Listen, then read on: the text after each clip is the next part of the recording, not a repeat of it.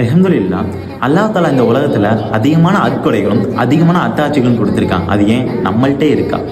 அந்த அத்தாட்சிங்கிறது, அந்த அறுக்கொடைங்கிறது வந்து கேமராவை விட ஒரு செகண்ட் கேப்சர் ஆகுது, இன்னும் கிளாரிட்டியாக இருக்கா? ஆமாம் சகோதரர்கள், நம்ம கண்கள். அல்லாஹ் தஆலா குர்ஆனில் சொல்லும்போது முஃமினான ஆண்களுக்கு கட்டளை இடுகிறான், குல்லில் முஃமினீன யகுல்லு மின் அபுசாரிஹிம் அப்படின்னு சொல்கிறான். அதாவது முஃமினான ஆண்கள் பார்வைகளை தாழ்த்தி கொள்ளுங்கள், இன்னும் உங்கள் வெட்கத்தலங்களை பாதுகாத்துக் கொள்ளுங்கள் அப்படின்னு சொல்லிட்டு அல்லா தாலா சொல்கிறான். இன்னொரு இடத்துல அல்லா தாலா சொல்லும்போது ஒரு ஹாஃபிலூன லி ஹுதூதில்லா அப்படின்னு சொல்லிட்டு அல்லா தாலா சொல்கிறான்.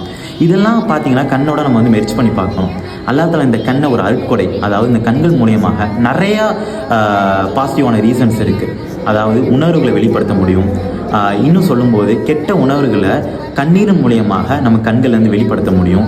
அதுக்கப்புறம் இந்த கண் அசைக்கிற மூலியமாக நமக்கு பல தூசிகளை பாதுகாக்க முடியுது. அப்போது நம்ம நபிசாசம் சொல்லியிருப்பாங்க, அதாவது சைத்தான் வந்து முதல் அம்பு நம்ம கண்ணு தான் அப்படின்னு சொல்லலாம். தீய விஷயம் வந்து முதல் அம்பு இந்த கண்ணு தான் அப்படின்னு சொல்கிறான். அப்போது நம்ம கண்ணை பாதுகாத்துட்டோம்னா நம்ம மனசை பாதுகாத்த மாதிரி, இந்த மனசை பாதுகாத்தோம்னா நம்ம மறுமையை பாதுகாத்த மாதிரி அப்படின்னு சொல்லிட்டு இது மூலியமாக தெரிய வருது. அப்போ அங்கே இஸ்லாம் சகோதரர்கள், இந்த காலகட்ட இளைஞர்கள் வந்து நிறைய வெப்சைட்ஸ்குள்ளே போகிறாங்க. நிறைய வெப்சைட்ஸ் எப்படி இருக்குது? ஆபாசம் நிறைந்த வெப்சைட் பொறிகளாக இருக்குது. அப்போது இதுக்கு சொல்யூஷன் வந்து என்ன சொல்லுது அப்படின்னு பார்த்தீங்கன்னா, நம்ம கண்ணுக்கு ஒரு கட்டளை இடணுமா?